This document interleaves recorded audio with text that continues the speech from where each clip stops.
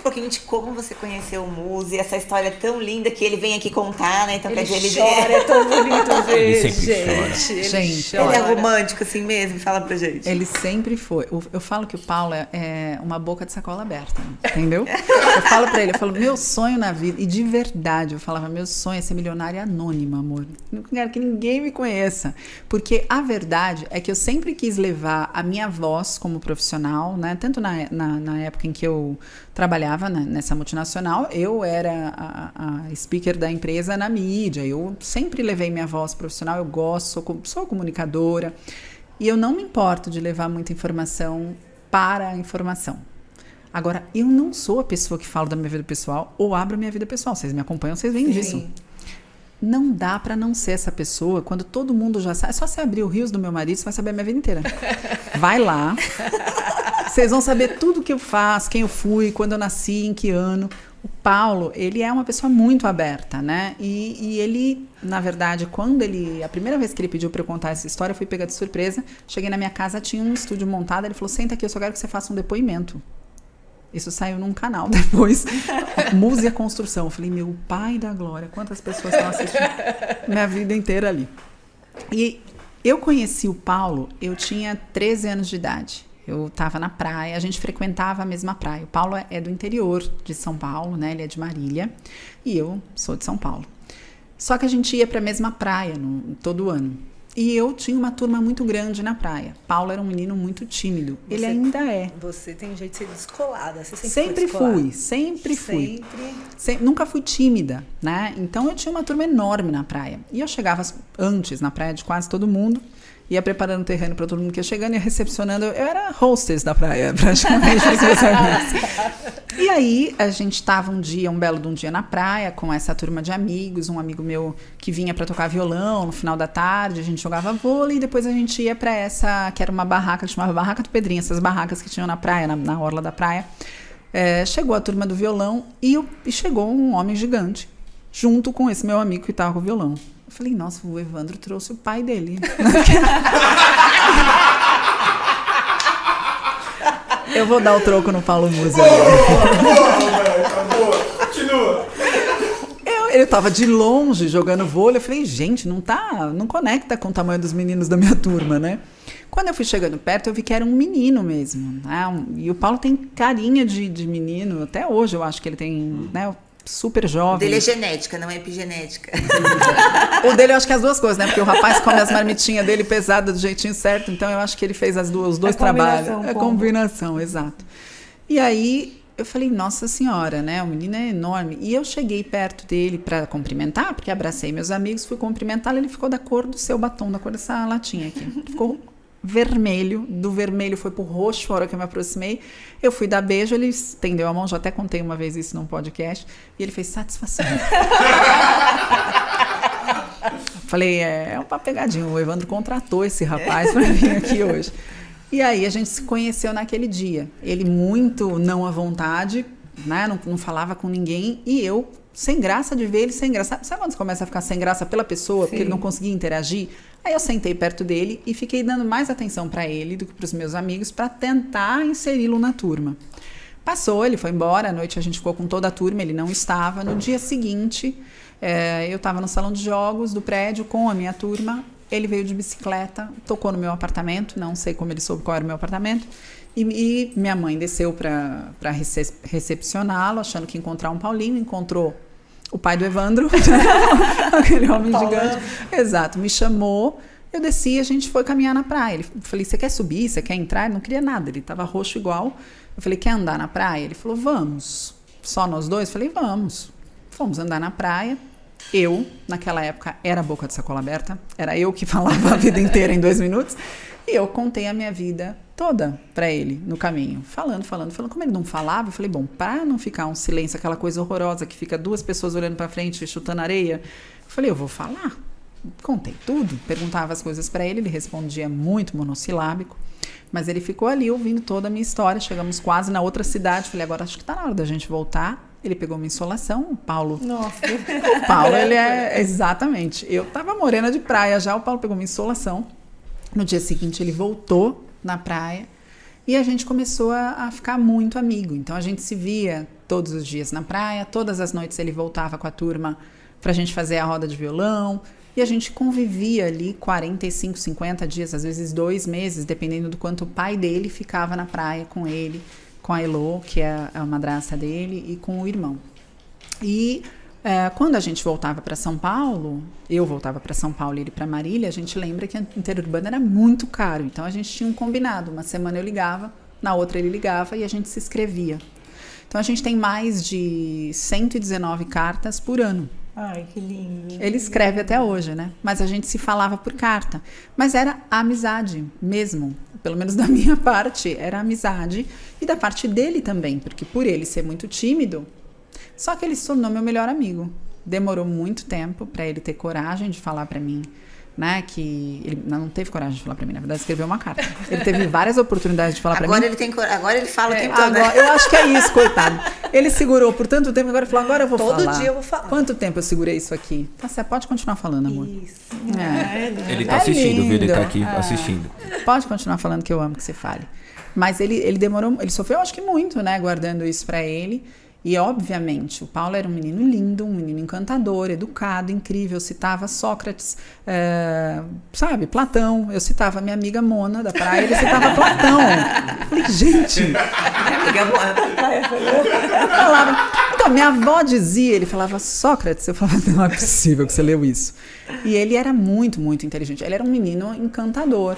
Então, eu passei a querer ficar muito mais só com ele na praia do que com toda a minha turma. E eu tinha uma turma muito legal, saiba disso, Paulo Musi. E eu preferia ficar com ele, porque a gente tinha uma profundidade de conversa e de relação muito diferente.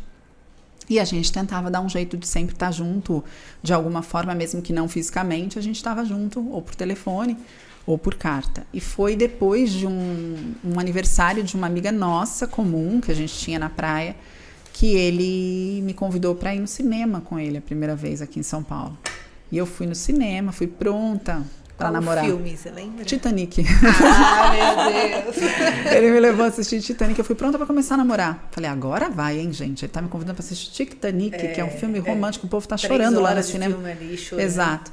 E saí do filme, mas ele me levou flores quando ele foi me buscar, foi quando ele veio para São Paulo para começar a fazer o cursinho, para procurar o cursinho na época, eu acho, para prestar medicina, né? E ali eu falei, bom, se ele teve toda essa chance de falar, me trouxe flores, eu estava super disposta a ouvir, e ele não falou, eu tô enganada. Ele é esse menino, né? Ele cita Platão, gente.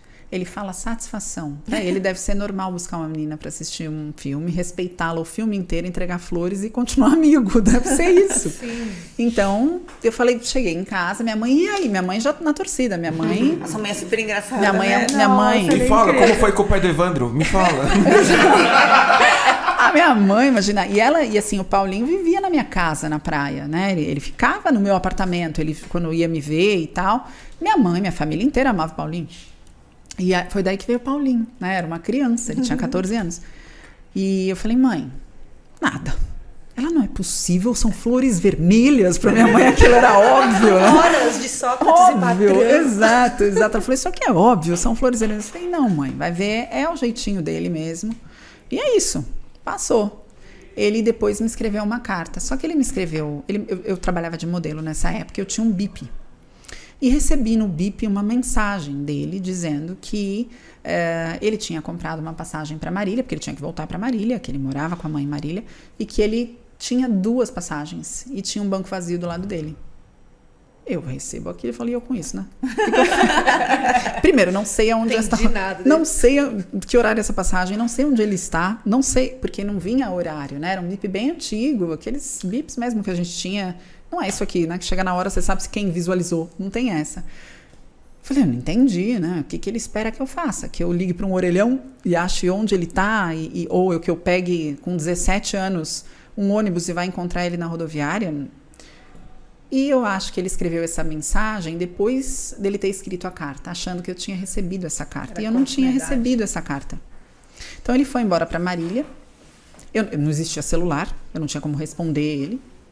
Eu simplesmente escrevi uma carta. Falei, eu recebi uma mensagem sua, assim, assado. Uma carta que chegaria em Marília 3 dias depois. A carta dele, como ele estava em São Paulo, ele achou que estava comigo, né? Antes de eu receber essa mensagem. Só que eu recebi essa carta 2 dias depois. Ele já estava em Marília. E nessa carta ele se declarava para mim. Nessa carta ele falava que me amava desde o dia que a gente se conheceu. Romântico do jeito que ele sabe ser. E quando você leu a carta? Não, quando eu li a carta eu falei, é o seguinte, Porra, pai do Evandro. estou comprando... Não. Na minha cabeça foi, não tem mais como deixar ele decidir isso aqui. Senão vai demorar mais 5 anos pra gente resolver essa carta.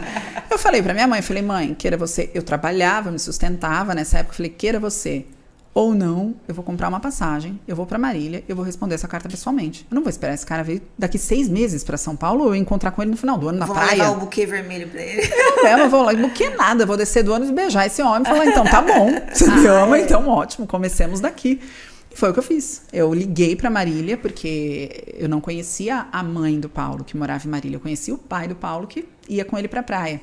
E aí eu pedi pra minha mãe, falei, fala com a mãe dele, se você não quer deixar que eu vá, então fala com a mãe dele, o menino não vai me sequestrar, tá tudo seguro, é o Paulinho, você conhece ele desde os 13 anos.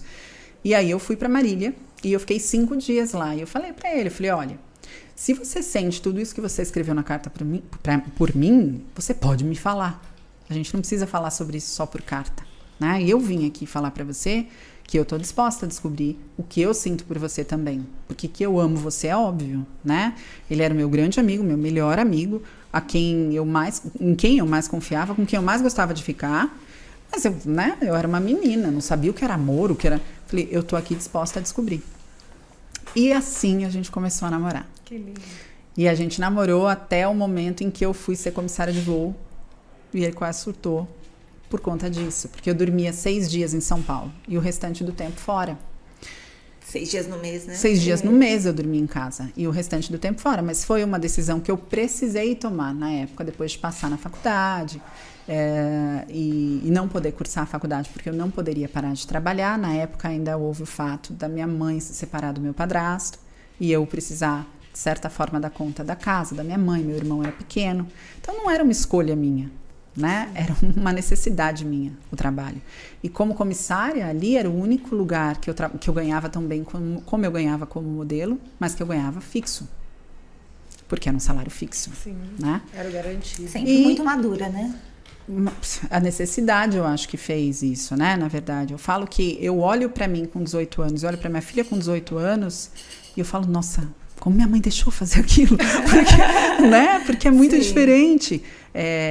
Eu tinha 18 anos, mas eu não me via com 18 anos. Eu não tomava decisões de menina de 18 anos, né?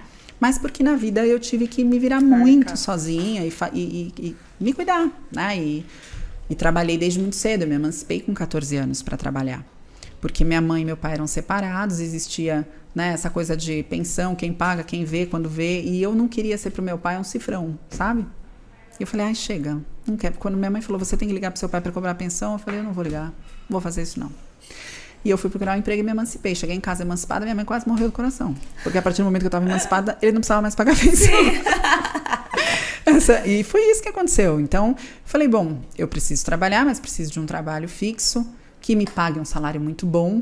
Há 20 e poucos anos atrás, comecei com 2 anos como comissária, há 20 e poucos anos atrás, pagava-se muito bem a aviação, era muito bem remunerada. E era uma oportunidade não só de eu ajudar minha mãe e meu irmão, mas de eu guardar dinheiro para estudar a faculdade que eu quisesse e de eu nunca mais ficar na situação em que eu estava, né? E aí o Paulo, na época, eu não podia exigir dele que ele tivesse a maturidade que eu tive que ter com 14 anos, enfim. Circunstância e diferente. É muito diferente, a circunstância é diferente, a cabeça de um homem e de uma mulher é diferente, principalmente na adolescência, né? Até fisiologicamente, hormonalmente, o crescimento acontece de forma diferente, a maturidade, a inteligência emocional se desenvolve de uma forma diferente. E ele, com todo o amor que ele tinha, ele imaginava que tinha uma solução muito mais simples, era só eu pegar todas as minhas malas e morar na casa da mãe dele em Marília, que inclusive era separada do pai, não trabalhava, então o pai dele, meu sogro, que eu amo, seria responsável por todos nós, entendeu? Até ele terminar 10 anos de medicina. E isso jamais daria certo. Fora que eu não deixaria minha mãe e meu irmão Nenhuma situação, né? De forma nenhuma. Por mais que dentro do meu coração eu sentisse todo o amor do mundo, pela minha mãe eu tinha certeza absoluta que esse amor era incondicional e para sempre. E eu já né? vi ele falando, ele se apaixonou por você por isso. Por tudo isso que você está falando. Você nunca deixaria. Nunca deixaria. A família nunca deixaria. Atrás. E ele sabe isso. disso. Só que na época, com 18 anos, ele só queria que eu pegasse o ônibus e fosse embora para Marília. Olha como se construía um relacionamento antigamente, né? É, Hoje, gente. por qualquer coisa, as pessoas brigam, separam, né? Olha que incrível. Muito Por incrível. direct, curte 3 fotos, tem uns negócios assim, Não tô sabendo. Eu sei que nessa época a gente se separou por conta da profissão. E porque ele não tinha como vir morar em São Paulo, né? Ele veio morar depois só quando ele veio morar na casa do pai dele para fazer o cursinho, para prestar medicina. Então ele tinha aí 2 anos de cursinho pela frente, ele fez 2 anos de cursinho. E ele tinha 10 anos de medicina pela frente, né? E nessa história toda eu falei, olha, eu não tenho como viver dessa forma, né? Desmanchando e voltando por carta. Porque ele numa carta chorava, desmanchava, na outra ele pedia pra voltar. E a gente mal conseguia se falar, porque um dia eu tava em Manaus, outro dia eu tava em Recife, outro dia eu tava na Argentina. Aí eu falei, a gente precisa fazer o que a gente precisa fazer agora. Você precisa focar nos seus estudos. O sonho da sua vida é entrar em medicina e é isso que você tem que fazer. E eu tenho que me sustentar, eu tenho que comer. Eu, minha mãe e meu irmão, a gente tem que comer e sair dessa e sobreviver. Eu tenho que poder ter o direito de estudar, porque eu sempre fui uma boa aluna, né? Não é à toa que eu passei numa faculdade federal e eu tô sem a chance de poder estudar. Eu tô aqui servindo as bandejas dentro do avião, pensando como seria a minha vida se eu pudesse estar sentada numa cadeira universitária, que era meu sonho. Talvez por isso eu fiz tantas faculdades, encarei a nutrição. Falei, agora eu vou tirar a barriga da miséria. E eu fiz todas que apareceram pela minha frente, né? E a gente acabou ficando separado. Ele fala 10. O Paulo, ele tem um superlativo em todos os anos que ele sofreu. A gente ficou de 7... Foi 7 a 8 anos que a gente ficou separado. Porque eu consegui sair da aviação aos 20, quando meu padrasto... Minha mãe e meu pai se separaram por conta do alcoolismo. Meu padrasto eu chamava de pai também. Pelo alcoolismo do meu padrasto. E o combinado com meu padrasto é que ele pararia de beber. E o dia que ele parasse de beber, eu deixava ele casar com a minha mãe de novo. E ele fez isso. Olha, e ele pediu minha mãe em casamento quando minha mãe tinha 20 anos. Quando eu tinha 20 anos, eles casaram de novo. Eu falei, bom, agora eu não preciso mais estar num emprego que me pague um salário tão alto. Eu posso estar em qualquer emprego que me dê a chance de estudar. E foi assim que eu entrei na empresa que eu fui trabalhar. E fiquei nessa empresa por 11 anos. Foi essa empresa, inclusive foi com tudo que a possibilidade de estar nessa empresa que fez com que o Paulo pudesse estudar, porque a gente se reencontrou. Ele ainda era um estudante, ele estava no primeiro ano de residência, né? São 4 anos de residência, ele estava no primeiro ano de residência, ainda estudando, e o sonho dele era ter uma clínica. E nessas condições que a gente se encontrou, eu já tinha estabilidade, eu já tinha meu apartamento, eu já tinha minha vida organizada, minha mãe estava bem, meu irmão estava bem, estava todo mundo bem. E ele podia terminar a faculdade dele, a residência dele em paz, sem absolutamente ninguém que dependesse dele. Porque eu não dependia dele nessa época, né? E ele também não precisaria depender de ninguém para estar comigo. Como ele precisaria depender na época do pai para poder estar comigo. Sim. E ali a gente conseguiu estar muito forte para construir juntos tudo que veio depois, porque foi naquele momento que a gente falou, então tá bom, vai ser um consultório? Vai ser um consultório. Como a gente vai fazer? E nessa época o combinado era, imagina, hoje eu manjo mais de finança do que isso, mas o combinado foi, meu salário sustenta nós, meu salário vai sustentar a gente. E tudo que você ganhar em plantão, porque o começo da profissão é plantão, né? Não é plantão. As pessoas acham que o médico entra na residência e está milionário. E essa não é a verdade, né? E eu falei, todo plantão que você ganhar, ou tudo que você ganhar fazendo, ele atendia, a gente alugava uma sala na Paulista, ele atendia de terça-feira, que era o único dia que ele conseguia atender. Tudo que você ganhar, a gente vai guardar para pagar o seu consultório. Meu dinheiro sustenta a casa, tudo que você ganhar, a gente vai pagando a prestação do consultório, a gente quita esse consultório quanto antes, para a gente poder seguir com todos os planos e tá bem, e tá estável, né? Eu sempre tive assim, eu fazia plano A, plano B, plano C, plano D, porque na minha vida foi tudo muito, olha, tá tudo bem, agora eu vou entrar na faculdade, só que não. Olha, tá tudo bem agora, só que não, né? Então eu falei, eu nunca mais quero ter que passar por isso. Então eu sempre vou me calçar de planos para que a gente não dependa mais de nada nem de ninguém, para a gente conseguir seguir, para a gente conseguir crescer, a gente vai depender só um do outro e da nossa força de trabalho e da nossa parceria. E que parceria, né? E eu acho que é Muito isso incrível. que é raro de encontrar. Porque eu e o Paulo, a gente não foi... Sim. A gente não competiu um com o outro. A gente não teve essa, o seu dinheiro, o meu dinheiro.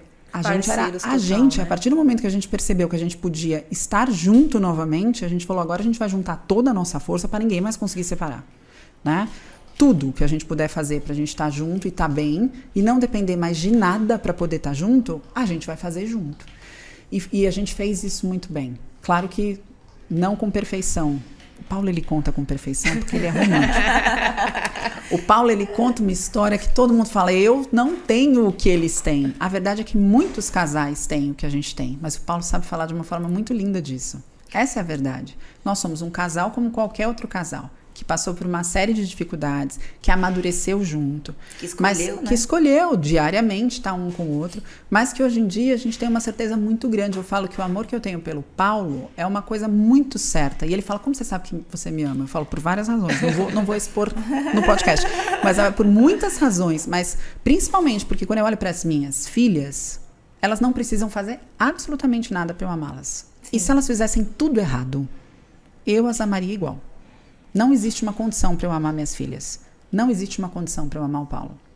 O Paulo pode estar completamente errado, como já esteve. Eu amo o Paulo. O Paulo pode fazer o que for. Isso não é condicional para eu amar ou não, para eu querer estar com ele ou não, percebe? Não é. Sim. Então eu falo para ele, eu tenho a certeza, porque não existe um patamar. Eu amo mais as minhas filhas do que o Paulo. Eu amo igual. Sim. Eu amo o Paulo como eu amo as minhas filhas. E é o amor mais forte que eu já tive. Eu amo o Paulo como eu amo a minha mãe, né? Sabe? A minha mãe ama o Paulo como ela ama a mim, né? Então, é linda a relação deles. Nossa, é lindo e coitada da minha mãe. Né? Como os pontos, minha mãe ama mesmo, como vocês podem notar. Minha mãe ama de verdade, porque senão ela já tinha prendido o Paulo, ela já tinha feito coisas terríveis com ele. Mas foi uma coisa, é uma história muito grande. Assim, eu falo, como você explica o amor de uma menina de 13 anos? A minha filha tem 11. A minha filha ama as pessoas com todo o coração. E por quê? Não tem motivo. Mãe, eu adoro essa menina. Eu adoro essa minha amiga. Eu adoro essa sua amiga. Eu amo a minha Dinda. Eu amo. Por quê? Pergunta para uma criança por quê. Não sabe dizer. Entende? E a verdade é que eu e o Paulo, a gente construiu esse amor nesta época. Não precisava atrás, não né? tinha por 13, quê. 14 anos. Não tinha por quê. A gente se amava, a gente era, né, éramos os melhores amigos um do outro, éramos confidentes um do outro, crescemos e amadurecemos um com o outro. E hoje é muito natural, a gente só é muito grato por ter tido essa segunda chance da vida, né, de se reencontrar 7, 8 anos depois desse momento em que eu estava como comissária e ele estava no cursinho, para que a gente pudesse seguir juntos. E é isso, gente. Eu não sei se é tão romântica como ele. Ele veio aqui e contou, fazendo todo mundo chorar. Eu sou prática para contar as coisas. Né? Você é romântica? Desculpa. Eu sou romântica. Eu sou romântica com ele, né? Mas eu sou uma pessoa... Eu sou carinhosa, eu acho. Sou carinhosa... Acho não, tenho certeza. Ele fala isso o tempo inteiro. Eu sou muito carinhosa. E sou romântica. Eu gosto de fazer surpresa. Eu gosto de... ter o romantismo na minha relação com ele. Mas eu não sou de falar sobre a minha relação com ele. Tá. Porque eu protejo isso. Sim. De tudo e de todos. Porque as pessoas... O que eu percebo, né, é que existe uma questão muito difícil hoje em dia. O primeiro medo que eu tenho é que as pessoas achem que o que a gente tem é uma perfeição que elas não terão. Ou que um foi feito um para o outro, são almas gêmeas que nasceram perfeitamente, fazendo tudo perfeito um para o outro, ninguém nunca errou. Não quero que as pessoas tenham... É o problema da internet, né? Você se comparar. Não quero isso. E a informação rápida é o que eles têm agora, e toda a história. Então, assim, não é isso. Né?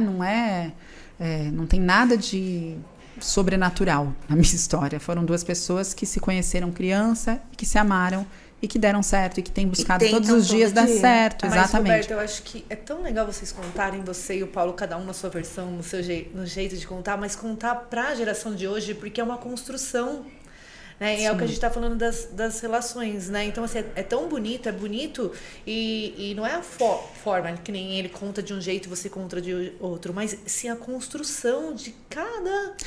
a queda... Eu acho que o que é legal as pessoas entenderem é que mesmo o amor mais bonito do mundo, ele não começou com tudo no lugar. Exatamente. Existiu muita E ele precisa batalha, ter muita cuidado, né? luta, muita Muito. para que ele pudesse permanecer, né? Amor não é um negócio mágico que um olha pro olho do outro e fala, pronto, agora veio o amor Uma e tudo escolha, está resolvido. né? Não, é um processo, né? Então tá bom, você ama, o que você é capaz de fazer pela pessoa que você ama, o quanto você vai estar do lado dela, o quanto você, né, vai ser parceira, o quanto os sonhos dela vão ser os seus sonhos também.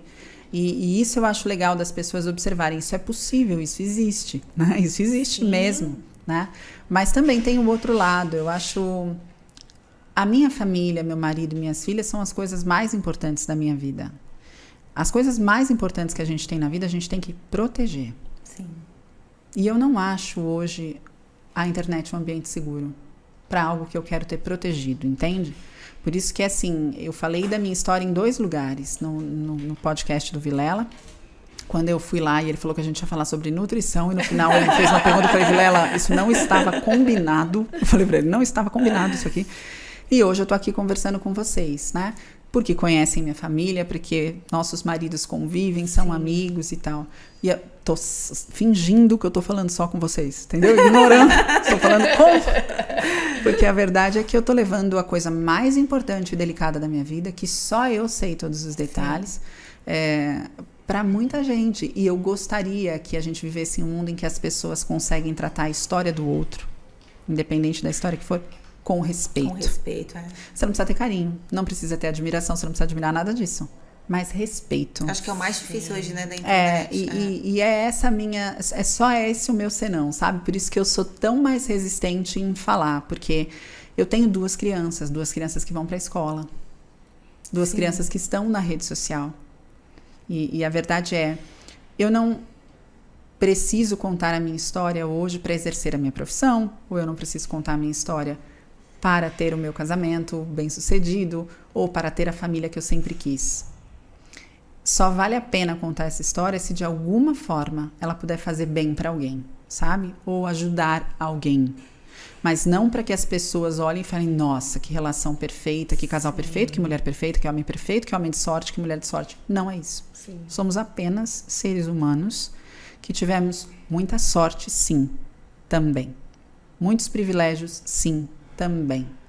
Mas muito amor, que eu acho que é isso que chama a atenção. As pessoas não estão mais acostumadas com amor de verdade.